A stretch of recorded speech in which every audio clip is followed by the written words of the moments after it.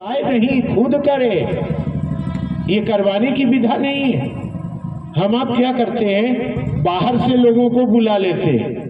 जो लोग अगर व्यापार करते हैं शिव चर्चा में, जो लोग पैसा लेके करते हैं शिव चर्चा में, 5,000 रुपया भाड़ा, किराया, खाना पीना, उनका कसूर नहीं है। वो भी मेरे भाई हैं, वो भी मेरी बहन है। कसूर हमारा है कि हम उनको बुलाते हैं और उनको बुला के उनसे शिव चर्चा करवाते हैं। महादेव ने कहा है करने, और आप बुला के करवा रहे हैं, तो अंतर हो जाएगा कि नहीं होगा? महादेव ने कहा जैसे तुमको आता है तुम करो, खुद करो, जैसे तुमको करना आता है तुम खुद से करो, और हम दूसरों से शिव चर्चा करवा रहे हैं। यहाँ हमसे गलती हो रही है, अपनी गलतियों को हमको सुधारना पड़ेगा। हम आदमी हैं, भूल तो हो ही जाती है। आदमी का क्या है, यह जगत का भाव में पड़ा है तो स्वाभाविक है कि उसके अंदर भूल होगी। तो इसीलिए हम कह रहे हैं कि शिव चर्चा करिए, वो रहेंगे। और वैसे लोगों को भी मैं हाथ जोड़ के निवेदन करता हूँ कि महादेव का घर छोड़ दीजिए। एक घर डायन भी छोड़ती है, आप महादेव का घर छोड़ दीजिए। आप साहब दीदी का इज्जत का मान रखिए। जिन्होंने ये काम शुरू किया है उनके इज्जत का मान क्या होगा? पैसा देंगे उनको, कपड़ा धोती देंगे उनको, उनकी इज्जत महादेव है। और उनके इज्जत को अगर हम बेचते हैं और कहते हैं वरेण्य गुरु भ्राता, छिया, लानत है ऐसी उसी सता पर। तो कम से कम वो उनका इज्जत तो बचाइए। वो शरीर में नहीं है, ठीक है, लेकिन कहां नहीं है वो? जहां महादेव है वहां हरिंद्र है। जतो जीव ततो शिव, हर कंकड़ में शंकर है। और संकल्प ही उनका है कि पत्ते पत्ते को शिव का शिष्य बनाएंगे। तो अपने संकल्प के लिए वह इस दुनिया के हर कोने में है, हर व्यक्ति के साथ है, हर आदमी के पास है। वह सूक्ष्म है। शिव का शिष्य सूक्ष्म होता है, स्थूल नहीं होता है। स्थूल शरीर होता है, शरीर की मृत्यु हो जाती है, मगर मन में लगे भावों की मृत्यु नहीं होती। तो वो तो महादेव का चेला है, वो तो सभी जगह मदद कर रहा है। कल ही हमने हावड़ा मैदान में चैलेंज कर दिया 25-30 हजार आदमी के बीच में। हमने कहा अगर आप महादेव वरेण्य गुरु भ्राता को देखना चाहते हैं तो अपनी आंखें बंद करिए। वो आपके सामने नजर नहीं आए तो मैं मंच पे बैठा हूं, जूता उठाइए और मारिए। और लोग शांत हुए, 5 मिनट तक स्थिर रह गए। फिर मैं ही कुछ बोला तो वो लोग फिर इधर इस तरफ मुखातिब हुए। वो कहाँ नहीं है, उसकी लालसा है, उसकी अभिलाषा है, उसकी इच्छा है, उसकी दुनिया है। वह शिव के सानिध्य में रहकर हमको आपको लाना चाहता है। तो मेरे भाई बहन, यह व्यापार शिव शिष्यता में ये महादेव को बेचकर जगत खरीदना, ये महादेव का धोती खोल देना बाजार में हम आप करते हैं। और इस मंच से नाम लेते हैं कि हरिंद्रानंद, हरिंद्रानंद, आप उनकी इज्जत से खेल रहे हैं और उनको सम्मान दे रहे हैं। हम आप तरीक विचार करिएगा कि नहीं करिएगा? उम्र हो गया हमारा आपका, अब चलने का वक्त आ रहा है। अब क्या रखा हुआ है, क्या हमारा है? तो जब हम हरिंद्र का इज्जत नहीं कर सकते तो महादेव का इज्जत क्या खाक करेंगे हम आप? लोग कहते हैं हरिंद्रानंद जी चले गए। अरे कहाँ चले गए वो?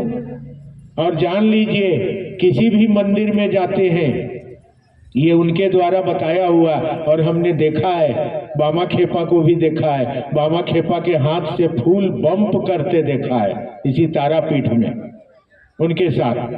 वो बामा खेपा को प्रणाम कर रहे थे और लौट रहे थे। उन्होंने कुछ बात कही मन से, तो बामा खेपा के हाथ में एक फूल था मूर्ति में, वो फूल बम्प कर गया हाथ से। और वो उठाने के लिए बढ़े, सामने एक श्मशानी अवघड़ बैठा हुआ था, उसने उठा लिया। इन्होंने कहा ये फूल महादेव ने ये फूल बामा खेपा ने मुझको दिया है। उस अवघड़ बैठ के कुछ तंत्र सिद्धि कर रहा था। उसने कहा नहीं नहीं, हमको दिया है, तुमको नहीं दिया, जाओ। ये चुपचाप वहां से निकल पड़े और उतने देर में वो जो अघोरी बैठा था उसका पूरा बदन हिलने लगा। मेरा रोमा खड़ा हो जाता है। पूरा बदन हिलने लगा, कांपने लगा वो, और बुलाने लगा, डाकछे ये बंगाली भाषा में बुलाने लगा वो, आओ आओ तुम्हारा फूल है, ले जाओ ले जाओ, मेरा नहीं है, मामा खेपा हमको नहीं दिया। उस हरिंद्रानंद की बात मैं आपसे करूं कि उन्होंने कहा कि मां तारा से दर्शन करना है तो पहले बामा खेपा से आशीर्वाद लेना होगा। अगर मां दक्षिणेश्वरी काली से तुमको मिलना है तो रामकृष्ण परमहंस से मिलना होगा। अगर महादेव को तुम अपना बनाना चाहते हो तो हरिंद्रानंद जी की इज्जत को अपने हृदय में रखना होगा। वरना ये शिव चर्चा क्या है, ये भीड़ क्या है, ये भजन क्या है, ये महादेव क्या है? जब हम रास्ते पर ही नहीं है तो कुछ भी नहीं है। इसलिए हम आपसे अनुरोध करने आए हैं, हम आपके बच्चे हैं, भाई हैं, कोई अलग नहीं है। आप हरिंद्र की इज्जत नहीं कर सकते तो महादेव की भी इज्जत नहीं कर सकते। और हरिंद्र की इज्जत है कि ईमानदारी से महादेव का काम करिए, ईमानदारी से करिए, सब मिलेगा। मेरे ही सामने महादेव से मांगकर उन्होंने बदलाव किया है शिव शिष्यों के जीवन में। एक गुरु बहन आई जिनकी साड़ी फटी हुई थी और रोज 200-300 घोषणा करती थी, उसका बदन दिख रहा था फटे हुए साड़ी से, और उन्होंने महादेव को कहा कि वाह महादेव वाह, जो गलत करता है, जो 2 नंबर का धंधा करता है, जो पैसा गलत रूप से कमाता है, उसके बक्से में भर बक्सा साड़ी है, उसके बैंक में बैलेंस है, उसके पास 50 कपड़ा है, और जो महादेव का काम छूट के कर रहा है, कर रही है, उसका कपड़ा फटा हुआ है, लोग उसका बदन देख रहे हैं। महादेव आपको दया नहीं आता है? उनकी आंखें बंद हो गई और 15-20 मिनट तक बंद रही।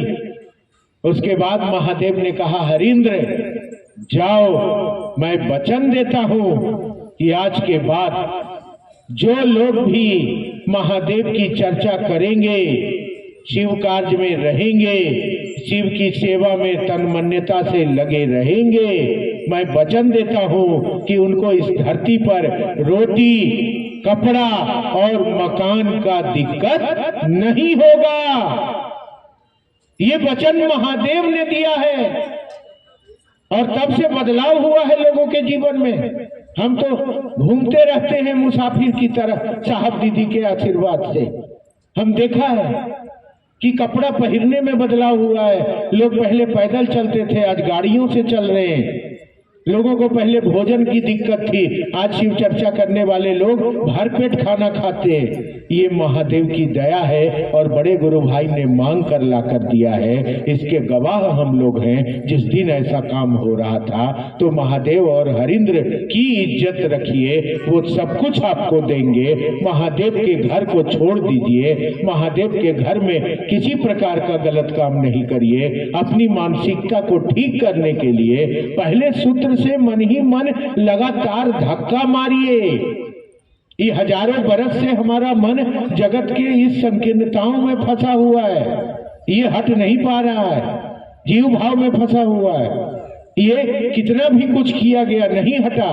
कहा ही गया है, जन्म जन्म मुनि जतन करावही, अंत राम मुह आवत नहीं।